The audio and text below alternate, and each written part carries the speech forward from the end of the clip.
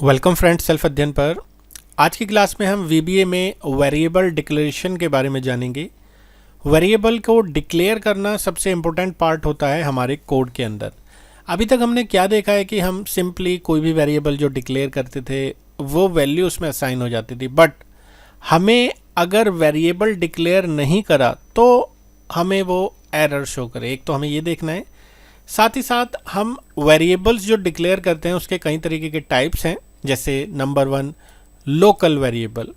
Local variable से मतलब है कि जब हम कोई फंक्शन बनाते हैं और उसी फंक्शन के अंदर हम डिक्लेरेशन करते हैं वेरिएबल की, तो वो वेरिएबल हमारा लोकल वेरिएबल होता है। जैसे हमने कोई फंक्शन बनाया और हमने dim I as a integer या dim P as a integer, कुछ भी वेरिएबल डिफाइन करा और वो उस फंक्शन में ही डिक्लेयर है, तो वो हमारा कहलाएगा लोकल वेरिएबल।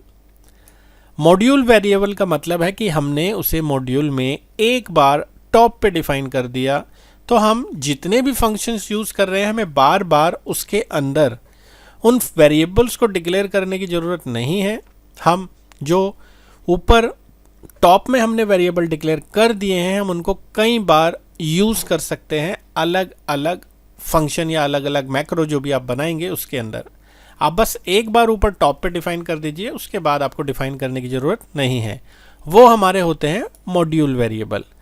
और एक होते हैं ग्लोबल वेरिएबल। ग्लोबल वेरिएबल का मतलब है कि आपने अगर उसे एक बार as a global variable declare कर दिया तो आप किसी भी शीट्स पे उसको यूज़ कर सकते हैं। जैसे सपोज मुझे किसी शीट पे कोई वेरिएबल की वैल्यू लानी है, तो हमने एक जगह एक ग्लोबल वेरिएबल की डिक्लेरेशन कर दी है। अब उस वेरिएबल को हम कहीं भी कॉल कर सकते हैं, किसी भी शीट्स पे कॉल कर सकते हैं। तो ये हमारी शीट्स पे कॉल करते हैं। तो नीचे हम एक बार छोटा सा एग्जाम्पल देख लेते हैं। हमने पिछली वीडियो में ये सारे कैलकुलेशन देख लिए थे।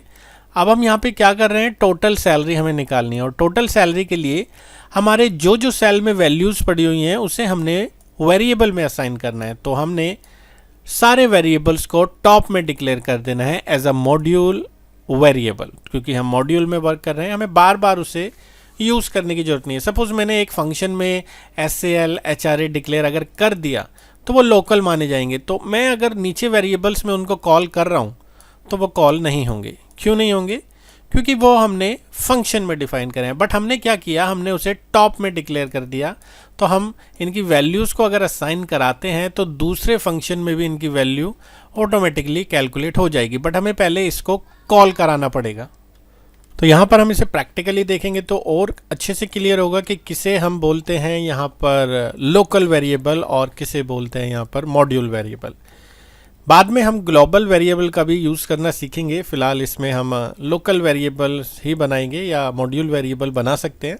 क्योंकि मॉड्यूल वेरिएबल बनाने का एक बेनिफिट होता है कि उसकी वैल्यू हम किसी और फंक्शन में भी यूज़ कर सकते हैं। बट अगर आपने लोकल वेरिएबल में कोई वैल्यू असाइन की है और उसको किसी दूसरे फंक्शन में आप उठा रहे हैं वैल्यू को, तो वो नहीं उठेगी। उसके लिए आपको उसे यहाँ पर ऊपर की तरफ मॉड्यूल वेरिएबल की तरह डिक्लेयर करना पड़ेगा। तो ये दोनों हम प्रोग्राम देखते हैं। उसके बाद यहाँ पर एक आप देखेंगे हमने एक फंक्शन बनाया है जिसमें सारे input data 2, input data 3, input data 4, या जितने भी हमने फंक्शंस बनाए हैं उन सभी को हमें कॉल कराना है। इस चीज़ को हम पिछले वीडियो में भी देख चुके हैं जहाँ हमने कॉल कराया था अपने इनपुट डेटा को। उसके बाद यहाँ पर देख लेते हैं रिक्वायर्ड वेरिएबल डिक्लेरेशन। जैसे कि हम चाहते हैं कि हमारे वेरिएबल्स डिक्लेयर हुए हैं उसकी एरर वहाँ पर शो हो। तो मैं आपको पहले करके दिखाता हूँ, फिर एरर आएगी उसके बारे में बताता हूँ। उसके लिए आप पहले यहाँ पे देख लीजिए हमें क्या करना होगा। टूल्स मेन्यू में ऑप्शन पे जाते हुए रिक्वायर्ड वेरिएबल डिक्लेरेशन को ओके करना होगा। तो यहाँ पर हम प्रेस करते हैं Alt F11 और जाते हैं टूल्स मेन्यू के अंदर। ऑप्शन कमांड पे आपको क्लिक करना है। आप देखेंगे सेकंड ऑप्शन है रिक्वायर्ड वेरिएबल डिक्लेरेशन, इसे हमने यहाँ से टिक कर दिया है। ओके, अभी आप देखेंगे यहाँ पर मैंने सपोज वेरिएबल डिक्लेरेशन को यहाँ पर नेम, डेजिग्नेशन, सैलरी तो ले रखा है और यहाँ पे PF डिक्लेयर कर रखा है। सपोज मैं यहाँ से इन्हें हटा देता हूँ। हटाने के बाद मैं इसको यहाँ से रन कराता हूँ। नेम मैंने डाल दिया, डेजिग्नेशन मैंने डाल दिया, सैलरी मैंने डाल दी और यहाँ पर आप देखेंगे कोई एरर नहीं आया। बट क्योंकि हमने रिक्वायर्ड वेरिएबल डिक्लेरेशन ऑन कर दिया है तो हमें यहाँ पर एक ऑप्शन एक्सप्लिसिट डालना पड़ेगा। इससे क्या होता है कि हमारी कंपलसरी वेरिएबल डिक्लेरेशन होनी चाहिए, अदरवाइज यहाँ पे रन नहीं होगा। मैंने रन किया, देखिए एरर आ गया, वेरिएबल नॉट डिफाइंड। क्योंकि मैंने इसे अभी ऑन किया है, तो जब भी आप नया मैक्रो बनाएंगे ये ऑलरेडी ऊपर आपके लिखा हुआ आएगा, आपको बार बार नहीं लिखना होगा, एक बार आपने उसे ऑन करना है। आप देखेंगे यहाँ पर एरर आ रहा है नेम का। अगर मैं नेम को यहाँ पर डिक्लेयर कर देता हूँ, नेम एज अ स्ट्रिंग, उसके बाद मैं इसे फिर से रन कर रहा हूँ अगर मैक्रो को, तो अब एरर आ रहा है डेजिग्नेशन का। तो क्योंकि एरर इसलिए आ रहा है क्योंकि डिक्लेयर करना अब कंपलसरी है। अब ये जो मैं डिक्लेयर कर रहा हूँ dim name as a string, ये एक फंक्शन में कर रहा हूँ, इसलिए इसे हम बोलेंगे लोकल वेरिएबल या फंक्शन वेरिएबल। बट अगर इसी चीज़ को मैं यहाँ से हटा के सबसे ऊपर की तरफ डाल दूँ तो ये हमारा हो गया है मॉड्यूल वेरिएबल, यानी कि नेम वेरिएबल मैं इस फंक्शन में या किसी और फंक्शन में भी इस्तेमाल कर सकता हूँ, उससे कोई यहाँ पर दिक्कत नहीं होगी। मुझे बार बार डिक्लेरेशन नहीं करना पड़ेगा, जिससे प्रोग्राम का साइज़ हमारा छोटा ही रहेगा, ज़्यादा बड़ा नहीं होगा। तो यहाँ पर हमें सैलरी, HRA, TA और PF को लेना है। सैलरी, HRA, TA जुड़ता है और PF घटता है। घटाने के बाद हमें यहाँ पर टोटल सैलरी दिखाना है। इन सभी PDF को आप वीडियो के डिस्क्रिप्शन से भी डाउनलोड कर सकते हैं और सेल्फ प्रैक्टिस भी कर पाएंगे। टोटल सैलरी मैं आपको फिर से बता देता हूँ, मुझे इन तीनों को जोड़ना है और PF को घटाना है। Alt F11 प्रेस करते हुए हम सबसे ऊपर ही इसको डिक्लेयर कर लेते हैं, या आप देखें यहाँ पे मैंने बार बार डिक्लेयर नहीं करना, मैंने नेम डिफाइन कर रखा है, HRA एज अ इंटीजर, या डबल आप ले सकते हैं अगर डेसिमल में आती है value. Dim TA as a double, मैं उसको भी डबल कर देता हूँ। डिम HRA TA DA, या जो भी आप यहाँ पर ले रहे हैं, PF एज अ डबल। ये सारे वेरिएबल्स हमने यहाँ पर जो हमने S salary, HRA TA PF, salary तो हमने लिया हुआ है। एक बार यहाँ पर BS as a basic salary को हम डिफाइन कर देते हैं। DA की हमें ज़रूरत नहीं है, ये हमने एक्स्ट्रा ले लिया। अब यहाँ पर हम क्या करते हैं, यहाँ पर हमें सिंपली एक और फंक्शन बनाना होगा, सब गेट वैल्यू। सपोज मैं गेट वैल्यू नाम का एक फंक्शन बना देता हूँ। इसमें हमें क्या करना है, बेसिक सैलरी में हमें लेना है C2 सेल की वैल्यू। तो C2 सेल की जो वैल्यू होगी वो हम ले लेते हैं बेसिक सैलरी में।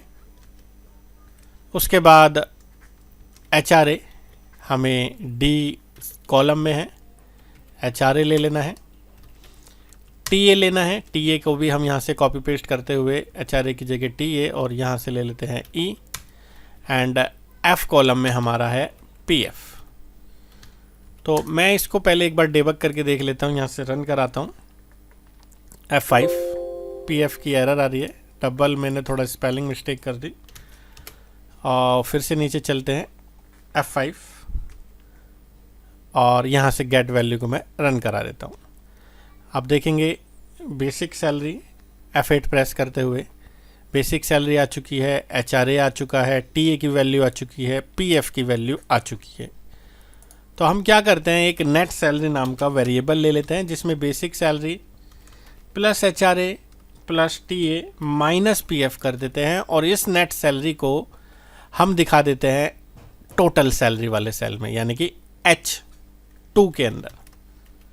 तो रेंज H2 की जो वैल्यू होगी वो होगी यहाँ पर NS। अब क्योंकि मैंने इसे डिक्लेयर नहीं करा है तो एरर आएगी।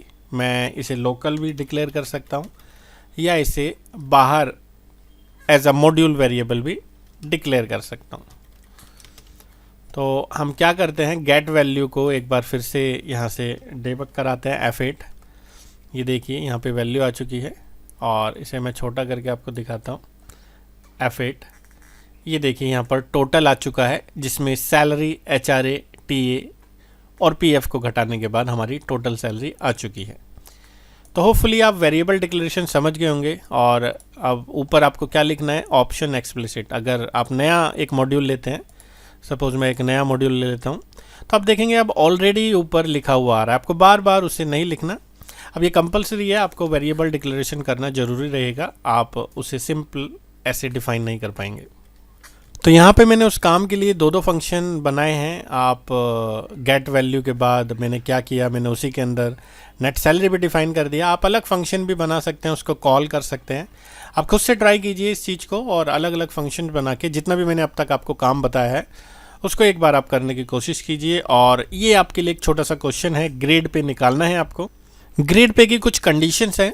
अगर 25,000 से ज़्यादा की सैलरी रहती है तो A+, अगर सैलरी 15,000 से 25,000 के बीच है तो A, अगर सैलरी 10,000 से 15,000 के बीच है तो B+, और उससे कम रहती है तो B। उसके बाद आपको यहाँ पर ग्रेड दिखाना है, चेक करना है इस कोड को लिखते हुए। और एक छोटा सा और असाइनमेंट है आपके लिए, आपको सेम वर्किंग थर्ड रो के लिए चलानी है। अब उसके बाद हम जब आगे लूपिंग को सीखेंगे तो वहाँ पर जानेंगे कि एक साथ अगर हज़ारों एम्प्लॉय हों और उनकी सैलरी डिफाइन हो, उनके सारे हमें अलाउंसेस या डिडक्शंस कैलकुलेट करना हो तो सिंगल क्लिक पे कैसे करेंगे। आगे आने वाली क्लासेस में हम उन सभी चीज़ों को भी लूप के जरिए देखने वाले हैं। आगे बहुत सारे कंसेप्ट हैं, मैट्रिक्स हैं और भी अलग अलग हम वहाँ पे डेटा वर्क सीखने वाले हैं। तो मिलते हैं अगले वीडियो में। बाकी आप इन सभी का कलेक्शन जो है PDF का वीडियो के डिस्क्रिप्शन से डाउनलोड कर सकते हैं।